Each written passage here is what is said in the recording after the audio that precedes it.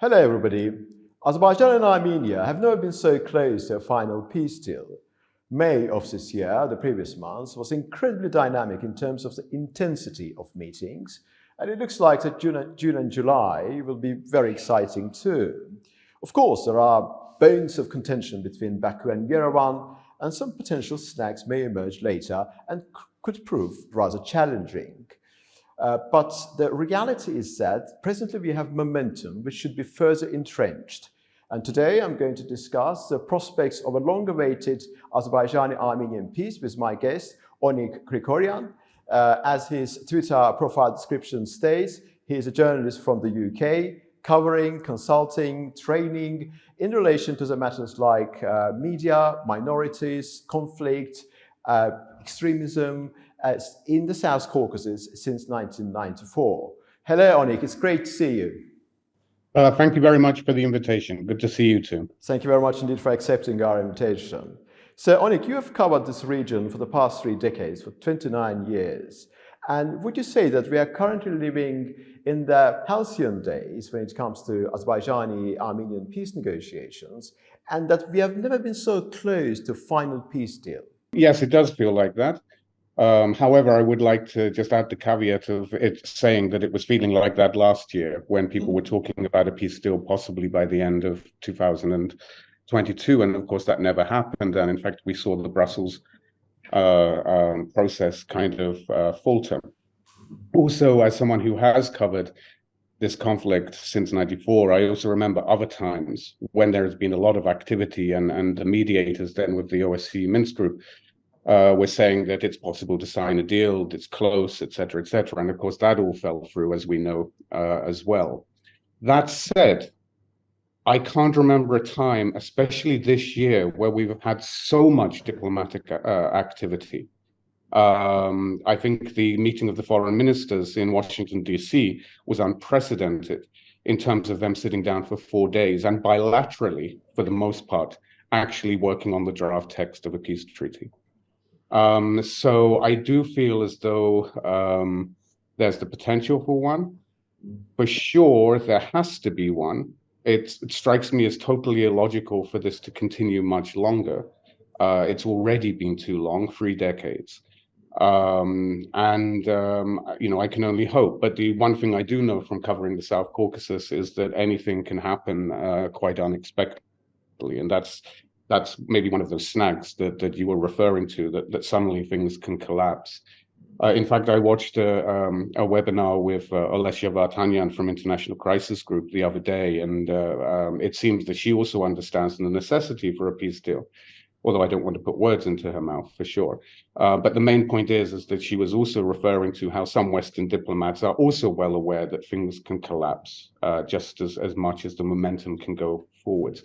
But certainly, it does seem as though the momentum is there, and that can only be applauded. But to be quite honest with you, I think it really has to be this year for a number of reasons that will complicate it past 2023.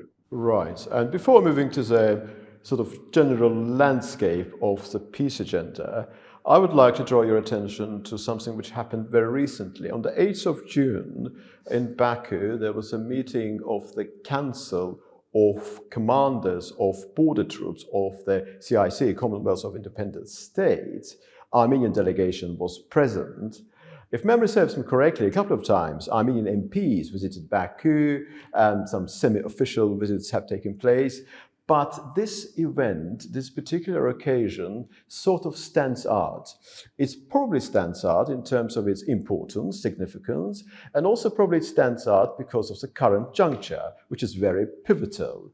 Although this event has nothing to do with Armenian-Azerbaijani normalisation, but would you say it also signifies something in that context too? You know, I say that anything can happen.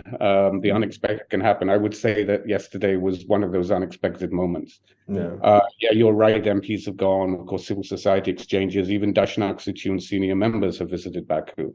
But to actually have uniformed members of the border troops, commanders of the border troops, which is part of the National Security Service, turn up in Baku and see the pictures that are released of, you know, the Azerbaijani flag and the Armenian flag next to all the others. it may sound a small thing. It should be how it normally is, but in the context of Armenia, Azerbaijan, it's quite significant.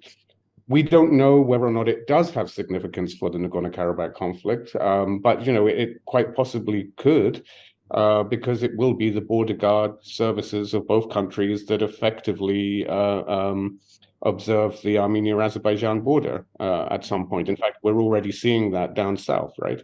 The Lachin checkpoint is manned by the Azerbaijani border guard service, and there are Armenian border guard services on the other side.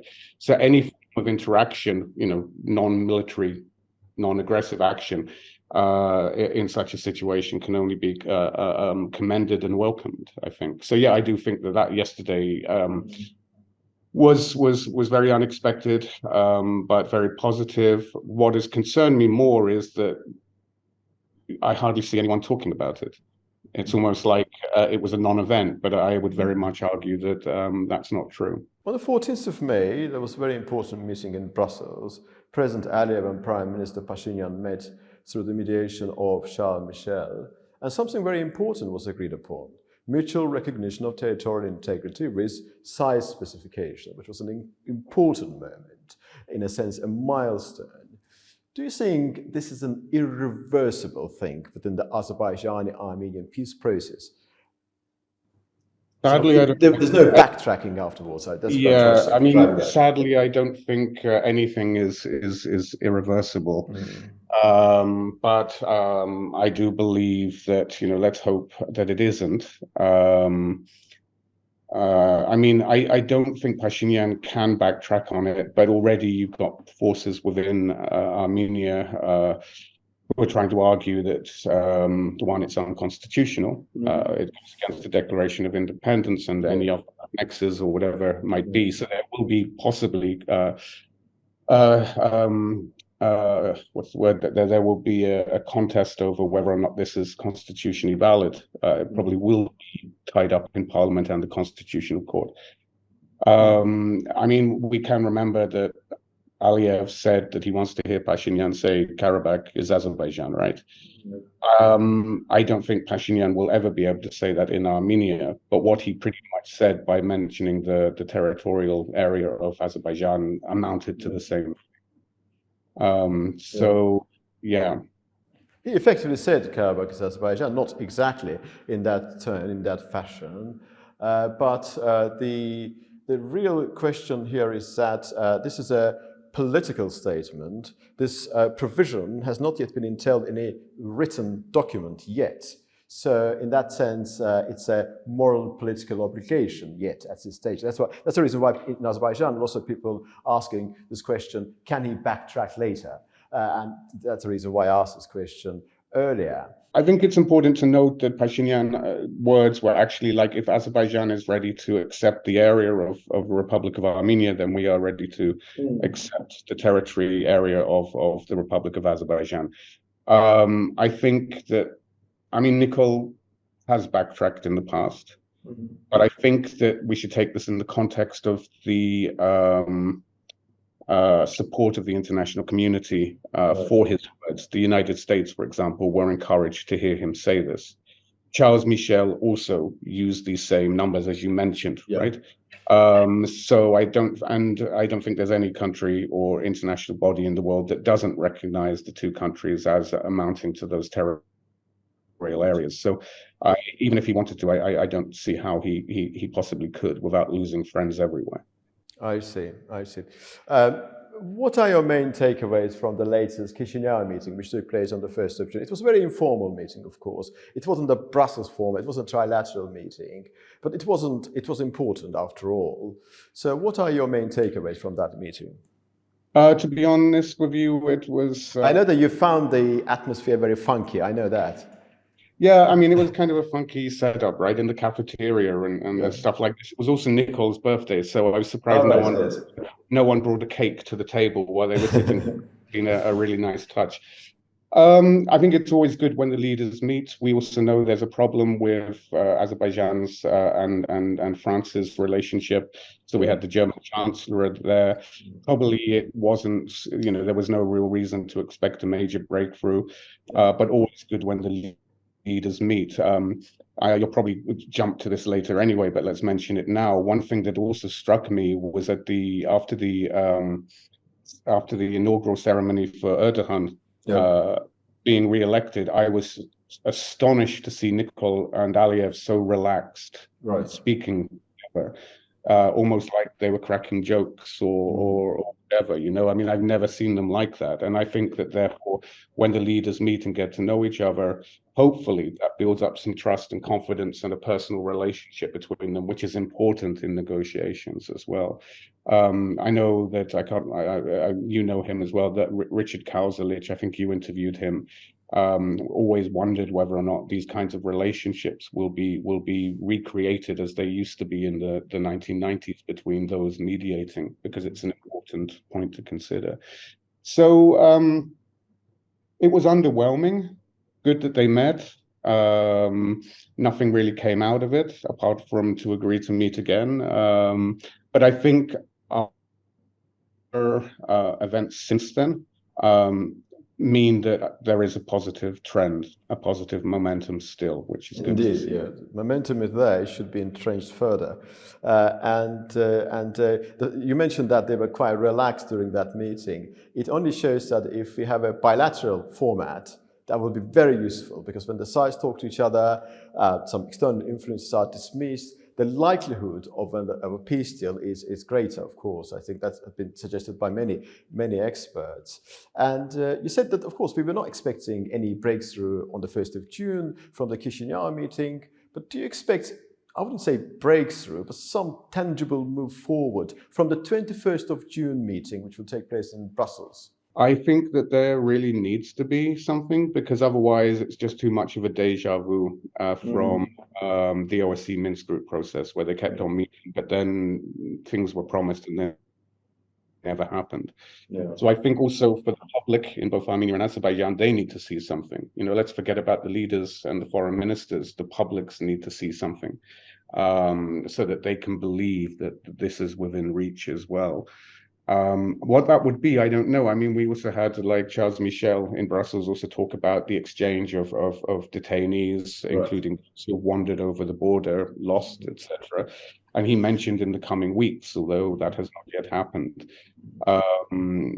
Yeah, I mean, I don't know what it might be, what might come, but something needs to come. That would be very encouraging to see.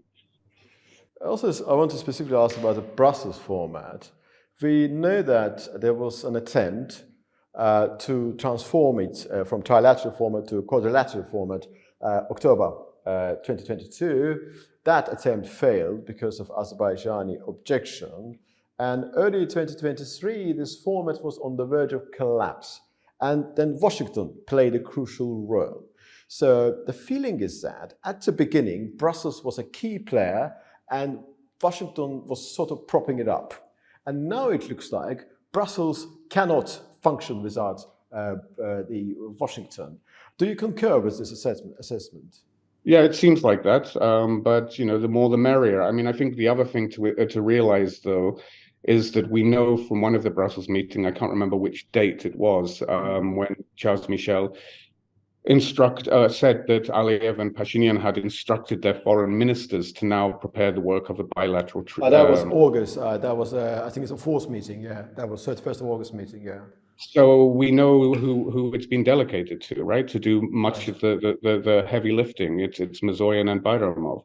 And you know, apart from a meeting in Tbilisi and apart from some trilaterals with Lavrov, the only bilateral meetings that have happened between the two foreign ministers, as far as I'm aware, have been through the Washington, D.C. Early May. Yeah, right. And also, you know, last year as well, they met. And although they met with Blinken, they also went off and did their own thing as well. And you mentioned about the importance of bilateral negotiations, and that's one thing that's very telling about the negotiations between the foreign ministers. Indeed. One of the key stumbling blocks in the Azerbaijani-Armenian peace process is an issue related to the rights and security of Karabakh Armenians. We understand that Baku and Yerevan have discussed this issue on numerous occasions, but the common ground has not been yet found. What Baku says is very clear. Baku says that it's an internal process. Yes, it's going to be open, transparent. It will be in line with Azerbaijani constitution. Armenian side says that, yeah, it looks all right, but it's not very clear. It's not very specific. And what Armenia demands is an international mechanism in order to guarantee the rights and the security of Karabakh Armenians. It is very clear that the sides disagree and differ, and sometimes they differ violently. But it is also very understandable, obvious, that the sides need to find a common ground. Where do you see this discourse? It's what I mean. Many people would argue that it's the center of the conflict, right? The origins of the conflict between the two. Yeah. So it's, of course, a very central point. I think I don't know what the solution is going to be, but let's put it like this. Especially since the 2020 war, and I've been saying this since day one after the November 2020 ceasefire, Karabakh is isolated like it's never been before, connected only via a 5-kilometer strip of land. Even if it were to be independent, which everyone knows it's not going to be, and I think this is an important point that some nationalists have got to understand. There's no point in these dreams because these dreams got you to the 2020 war in the first place. Karabakh is not viable without good relations with Baku. It's stripped of most of its hydroelectric generation capability. The Lachin corridor itself is too narrow, trade, economy, etc. So sooner or later, Baku and Stepanakert will have to talk. With regards to this dialogue mechanism, I think it's important that your listeners, your viewers understand that there are fears on the Karabakh Armenian side, real or perceived, but a perceived fear is also just as real to a person as a real fear. On September 27 meeting between Hikmet Hajiev and Armen Krikorian with Jake Sullivan, there was a document that apparently was leaked. It has not been 100% confirmed, but it looks very credible. And in fact, Armen Krikorian, the following month, basically almost word for word, reiterated a lot of the substance of it. And in that document, it refers to a discussion mechanism. It doesn't say international mechanism. It says a discussion mechanism where Karabakh and Azerbaijan have their designated representatives to talk. It also mentioned that the two sides will speak about some kind of international, not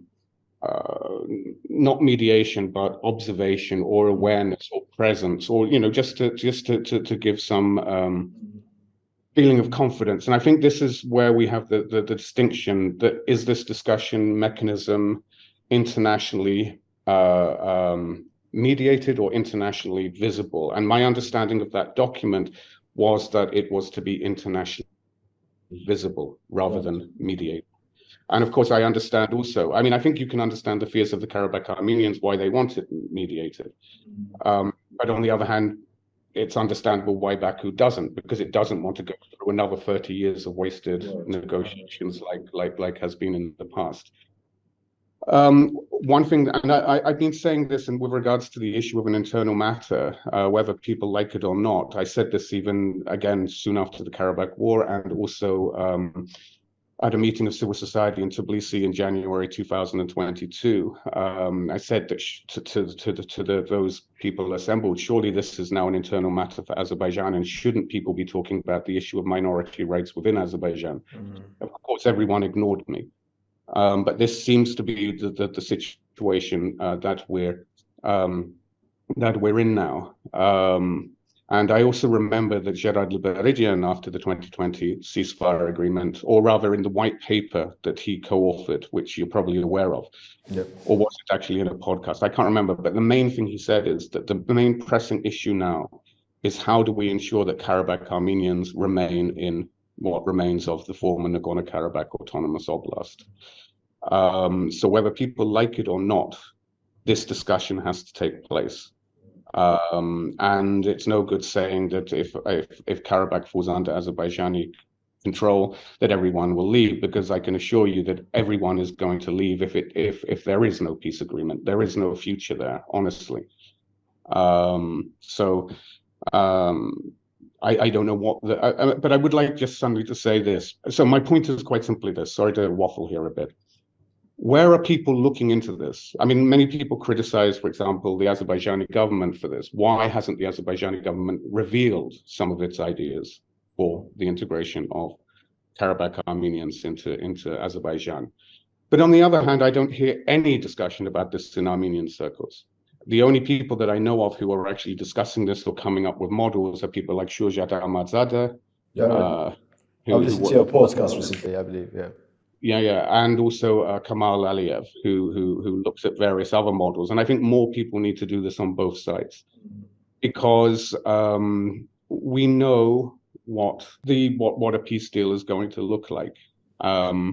And so it's about time people started addressing these complicated issues now. It's already too late. It's like over 2.5 years since the November 2020 ceasefire. In a sense, it feels as though 2.5 years has been wasted. Well, I believe you made reference to the document called Washington document, the September document, and the process was divided into two parts: interstate process between Baku and Yerevan, and internal process between Baku and Karabakh Armenians. The word visible is a very interesting word. It has been discussed here in Azerbaijan because the Azerbaijani argument is pretty much contingent on the idea that we need to organize this process in line with our constitution, but we are ready to make sure it is also transparent, obvious, and probably visibility entails that sort of thing as well. But of course, it's a complicated issue. I recently heard that there's a new suggestion which is related to the status of Hungarians living in Romania. It has been recently discussed. So Hikmet mentioned it, right? Indeed, yeah, back in Slovakia, I believe. And so it's a non-territorial sort of autonomy. But of course, discussions are underway. It is very difficult to say anything specific. And one more question about Karabakh Armenians. It is very clear that Azerbaijan is not going to talk that those people who are in Khankandi, people like Aray Karatunyan and co. Azerbaijan needs to talk to somebody who represents, or people who represent Karabakh Armenian community. Are there those people at this stage who are ready to talk to Azerbaijani authorities? I cannot answer that question because I haven't been to Karabakh for, gosh, I don't know, maybe even 11 years now. Right. We see no signs of them online anyway, or in the media. It's sure as hell it's not Ruben Vardanyan, we know this. I mean, I don't know, maybe it's a mistake not to talk to Karatunyan. I mean, if he has the, let's say he had the confidence, so of course we don't know he has the confidence of the Karabakh Armenian population. But if he did, surely that would be someone to talk to, just like Heydar Aliyev spoke to Kocharian, or Ilham is speaking to Nikol now. I don't know. I mean, other people were talking about Vitaly Balasanyan having a good rapport with Azerbaijani troops until he was removed. Don't know what's happened to him. Some people are talking about Salva Babayan coming back. I don't think he would be a particularly welcome choice from the Azerbaijani side either. I'm not sure many Karabakh Armenians would welcome it here, also because he had a very notorious record when he was defense minister. And I was visiting Karabakh during that time, and people did literally live in fear of him. So I don't know who that would be, but anyway, the point is that Karabakh unfortunately is not accepting offers to meet at the moment, except under the mediation, or rather the facilitation of the Russian peacekeeping force. I would hope that changes. Just to go back, if you don't mind. Sure. I did have speaking to some friends about what could be done in Karabakh, about internationally visible, etc., etc. I mean, I know Armenian side or some Armenian voices are talking about, could it be possible to have something like a European Union monitoring mission there? Azerbaijan says no, etc. Right? But you have international organizations in Azerbaijan. You have UN, you have UNHCR, you have World Food Program, you have all these guys, ICRC in Baku as well. They operate throughout the entire territory of the Republic of Azerbaijan. There's no reason why they wouldn't operate also within the boundaries of the former Nagorno-Karabakh Autonomous Oblast. So I think that one idea, although it may be totally nonsensical, but it's just an idea, is that assuming that it's subservient to the head offices in Baku, which I know Azerbaijan would want, you can have an international presence on the ground because you have an international presence with these UN and other agencies throughout Azerbaijan in other areas where they're working. So that would maybe one way. Another way would be, I don't know, because also here's the other issue. I personally don't think the integration of Armenians in Karabakh is going to happen overnight, and I don't think anyone would expect it to. Yeah, you can't expect the Karabakh Armenian to go to sleep in one situation, wake up the next day, discover they're in Azerbaijan, right?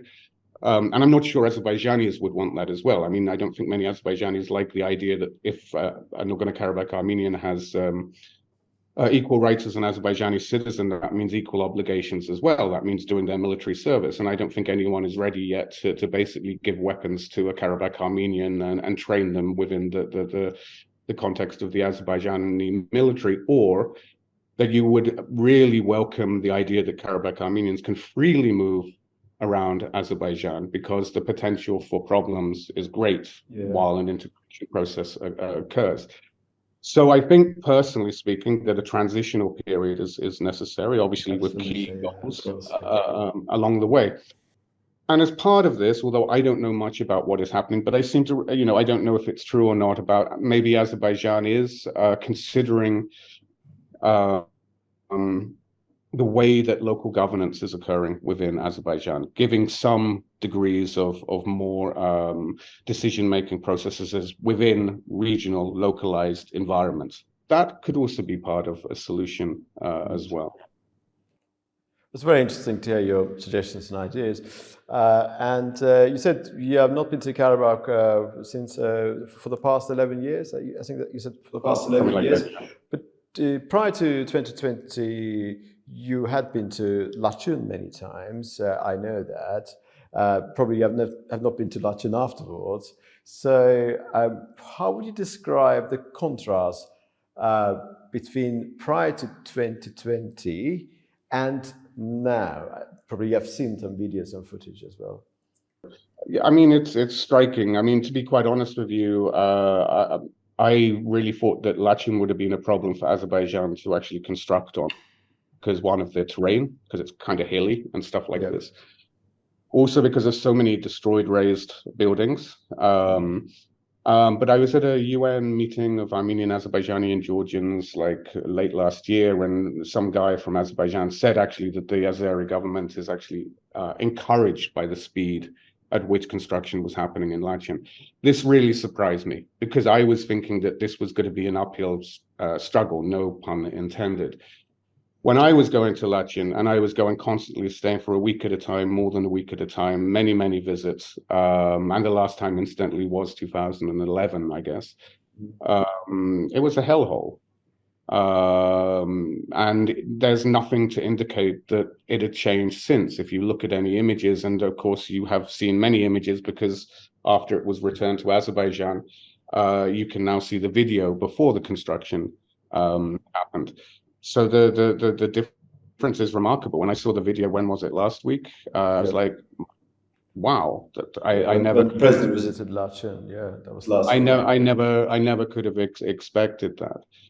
Incidentally, I was basically working on it was actually came out of a project on social vulnerability in Armenia. When I started to discover that socially vulnerable families from Armenia were being attracted to Lachin with the promises of assistance, homes, cattle, etc., free electricity, free water, that I decided to go and look at the settlement program there, because it was part of that social vulnerability work. And then I just got dragged into to all of this, and the project has not yet finished. And I would always say, even then, that this project will be finished when I can actually go and look at the return of the IDPs to Lachin as well. That for me would be the ultimate culmination of this work that I did on Lachin.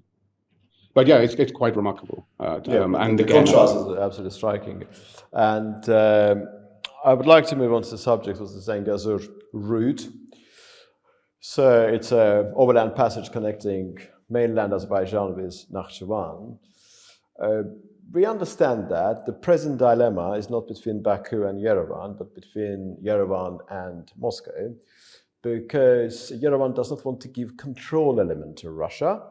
Article 9 of the trilateral statement states that the control should be within the control should be given to the Russian, the border guard services of the Federal Security Service, border guard troops of the Federal Security Service. But it's very clear that the discussions in Brussels, they favor the principle of sovereignty over communication routes. So there's a big dilemma there. How do you think it will pan out eventually? I think that it probably is not a wise idea. Probably not a wise idea to irk Russia so much that it might obstruct progress on the Brussels track. On the other hand, I do see that the West hardly wants Russian control over the quote-unquote Zangazur Corridor either, and Armenia doesn't, as you mentioned. And I think that this has been a whole mess from day one. And you even had the narrative being that this issue of extraterritoriality was basically Azerbaijan wanted sovereign control over it. I don't think that was the issue at all. I think, as you mentioned, the issue was about Russian control over it. Yeah. I also think we've been hung up too much in terms of terminologies. Armenia is part of a north-south corridor. There's the middle corridor. The term corridor. I was at a conference recently in Tbilisi on unblocking regional trade and transportation, and the word corridor was being used throughout, right? Except when it came to quote unquote the Zangazur Corridor. It's like this term corridor has taken on a new life of itself, even though under UN practices, terminologies, etc., a corridor is just a route where you have efficient and speedy communications. And we had that famous little bout between Aliyev and Pashinyan, right? On the 25th of May, yes, indeed. Yeah. In Moscow about use of this term, and Aliyev again said, and this is not the first time he said it, that use of this term does not imply a claim on Armenian territory. So it's really confused and complicated. I think that the EU, of course, doesn't want Russia to circumvent sanctions through it. I don't know what the solution is. I mean, Michel mentioned the World Customs Union or organization or whatever it was called. World Customs Organization, But I also think it's a mistake to try to keep Russia out of this, because Russia, we still don't know how much of a spoiler Russia can be in terms of an Armenia-Azerbaijan. Yeah. Interesting. You said spoiler. That's a word which I associate with Russia. It's still a significant spoiler, but also Russia looks like a power which adjusts, sort of acts in a way which shows that it could also be receptive. Because peace negotiations, the peace treaty negotiations, are mostly in Brussels. And we noticed that, for example, back in October, in Prague, there was a fundamental agreement on the mutual recognition of territorial integrity, and then it was later confirmed in Sochi. So I don't think Russia was particularly in favor of this provision, but it needed to be receptive. So Russia is a spoiler, but at the same time, it needs to act reasonably. So how do you evaluate this Russia's potentiality of a spoiler within the rest part of the process? I mean, Russia can do many things in Armenia, and I think that's the real issue. I mean, I also read a piece by, I can't remember who it was, someone from Air Center or Topchubashov today, saying that, the Russians can also manufacture incidents within the territory that they patrol in the former NKAO. I mean, it also has economic leverage in Armenia. It controls the railways. It controls the gas going into Armenia. There are many ways, without having to actually use force, that it can turn up the heat. Thankfully, it can't really support the opposition, because the opposition are so untrusted and unliked in Armenia. But that might change one day. Pashinyan's ratings are declining, so who knows? All they need is to have some people were talking about the idea that Ruben Vardanyan emerged in Armenia precisely for that role. To replace him.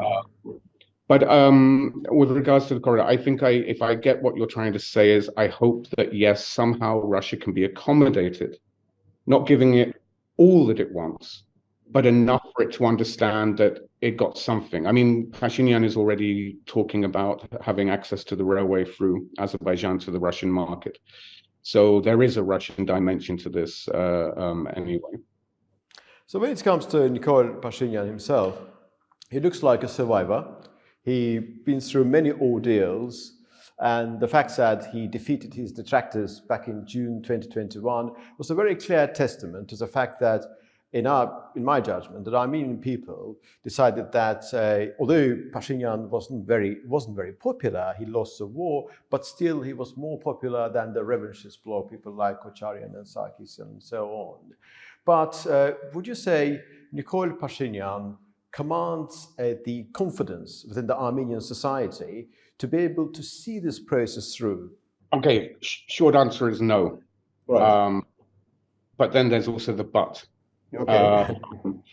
As always. I mean, one, we have to remember about his re-election, that he did actually include remedial succession as a policy with election. It wasn't like, and I'm not entirely sure that people voted for the peace agenda. Rather, they just didn't want Krikorian or Sarkisian coming back, and especially Krikorian. And I think that's still the case today. You're right. Pashinyan is a survivor. His ratings are incredibly low. I think trust in him is down to 14% now, which is incredibly low. And again, that word but Krikorian's trust levels are at 2% and Sarkisian's are at 1%. The danger is if a new figure emerges that is credible and that can command the confidence of the Armenian people. I also asked an Armenian political scientist friend who I met up with recently in Tbilisi about what is the mood in Armenian society. You have to remember that, and you shouldn't be hostile to the fact that this exists. This is normal, right? For most Armenians. Most Armenians would like to see Nagorno-Karabakh independent. But that doesn't necessarily mean that they're prepared to go out onto the streets to oppose a concessionary deal. It also doesn't mean that they want to see their sons, their brothers, their fathers, etc., die in a new war. I want the United Kingdom to re-enter the European Union, but I know it's not possible. And you get on with life. And anyway, my friend described the mood as this: you have Nikol's core base of support. They still believe in him. And then you have a huge amount of people who are tired, depressed, exhausted, who feel powerless, who don't know what to do. They know the situation is bad, but they don't see any solution to it. And I think that's the situation that Nikol is in. We have certainly seen from his recent talk about the territorial areas, etc., from going to Ankara to be shown so friendly with Erdogan and Aliyev. There have been no mass protests in Yerevan, not even a sign of them. Yep. The Lachin issue didn't result in any large protests in Yerevan, nor, by the way, in any of the diasporan communities either. So it seems as though Nikol can ride this out. He's taking a chance. But I think if he's probably concede that he can ride this out. The only one exception, and I'm still unclear about this, is the coming Yerevan elections probably in I can't remember if it's September or October. I was reading today that Harukian, who was the former mayor that had to was dismissed because he fell out with Pashinyan after the 2020 war, may be standing again, and he was popular. So the big danger for Pashinyan, I think, is when an alternative emerges, and so far there is no alternative. Yerevan elections may seem small scale, but in a large city like Yerevan, someone who controls the economic and cultural hub of the country is a potentially powerful figure. I think someone said Links, if you know Links Europe, they published an editorial. Yeah. They mentioned that Pashinyan is able to read the population and the electorate so well. So, he's taking a gamble, and so far the gambles have paid off for him. It's interesting you mentioned this term, remedial secession. It's widely discussed in Azerbaijan, and is one of the reasons why the international mechanism subject is dismissed vehemently in Azerbaijan, because the view here is that this remedial secession is a very dangerous construct. And when Pashinyan says that, yes, Karabakh is Azerbaijan, we recognize Azerbaijani sovereignty over Karabakh, but the issue related to the rights and security of Karabakh Armenians is an international issue and should be sorted out with an international format. The fear here is that it could give rise to remedial secession at a later stage. This is one of the reasons why the concept of international mechanism is widely rejected here in Azerbaijan. So Armenian Prime Minister Nikol Pashinyan participated in the inauguration ceremony of Turkish President Recep Tayyip Erdogan. It was a very important occasion, and Armenian presence there was absolutely vital. Well, it was crucial in terms of mending the relations, I suppose. So what I want to ask you about is Turkish-Armenian normalization. We understand that Azerbaijani-Armenian normalization and Turkish-Armenian normalization are interconnected. But if to leave the Azerbaijani element aside, what are the key obstacles in the Turkish-Armenian track and how surmountable they are? I think actually the main obstacle is the Azerbaijani issue. I mean, this is what disrupted the 2009 Turkish protocol process, right? I think actually, by the way, I mean, even in Armenia, because I was in Armenia during that whole time, I mean, I was even there when Gül arrived for the football match, which is something I never thought I'd ever see the Turkish president. I remember, in Yerevan. I mean, it was astonishing. And Dashnak Sichuni actually lined the highway from the airport, and when I say lined, I mean it was like about 100 people. It was an incredibly small turnout. It was quite a historic event. And I think that basically I understand. So I think it's more to do with the fact that we need to understand where Turkey and Azerbaijan are coming from on this. For Armenia, the open border with Turkey has always been the preferable choice over having normalized relations with Azerbaijan, because that's where it sees it can benefit the most in terms of trade and so on and so forth. I mean, there was talk during the protocol period of being able to sell electricity to Eastern Turkey, for example, because Armenia, with the nuclear reactor, can actually generate an excess supply. So there were all these little things.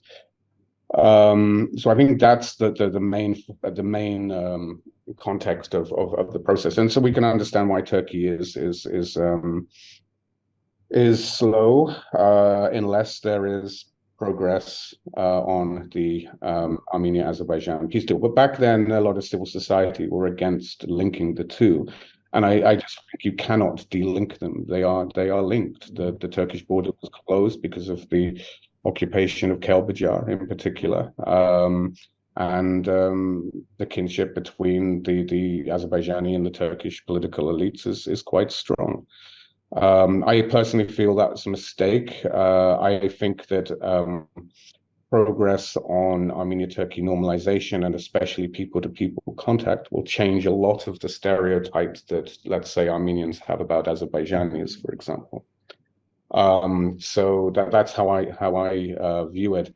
You know, we can talk about historical commissions and all this sort of stuff. One interesting thing that did happen recently was, what's his name? Zare Sinanyan, the Minister for Diaspora, basically said that Armenia's official, or whatever you want to call it, campaign for genocide recognition had reached its conclusion. And many diaspora groups are very angry at this. So they suspect, and not just diaspora groups, but also those nationalist groups within Armenia are quite angry at this, because it seems to suggest that this might have been a precondition from Turkey and that Yerevan has actually agreed to it. Of course, that's all speculation and we don't know.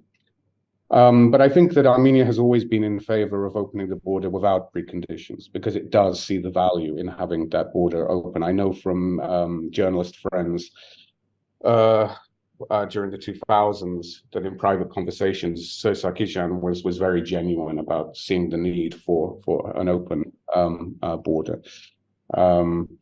So that's how I view it, really, and I think it will happen when there's real progress, tangible progress made on the Armenia-Azerbaijan normalization and peace treaty track.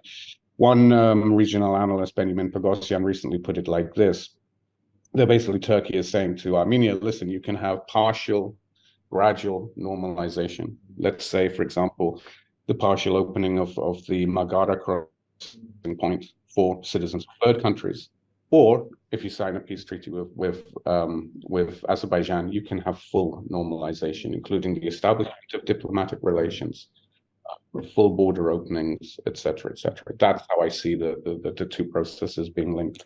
Back to the Azerbaijani-Armenian peace process, it's going to be my last question.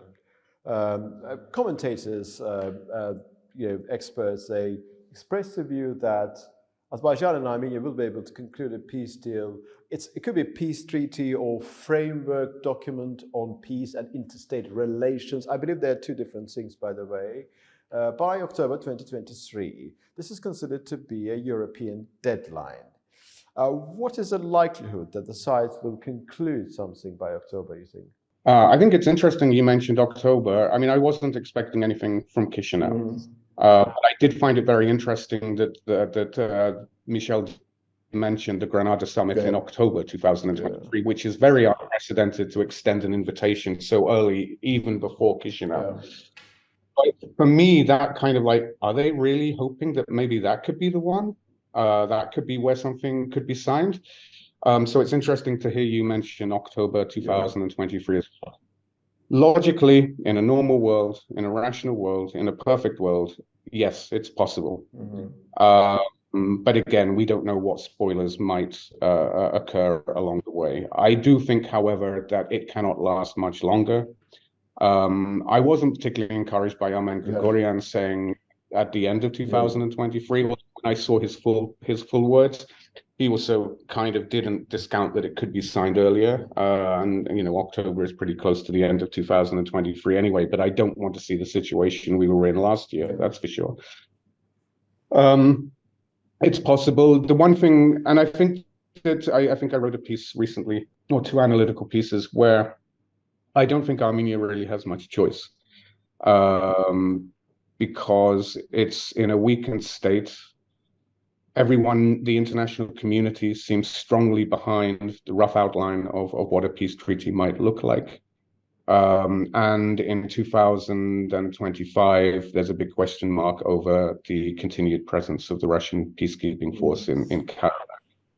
And in 2026, Armenia will go for parliamentary elections.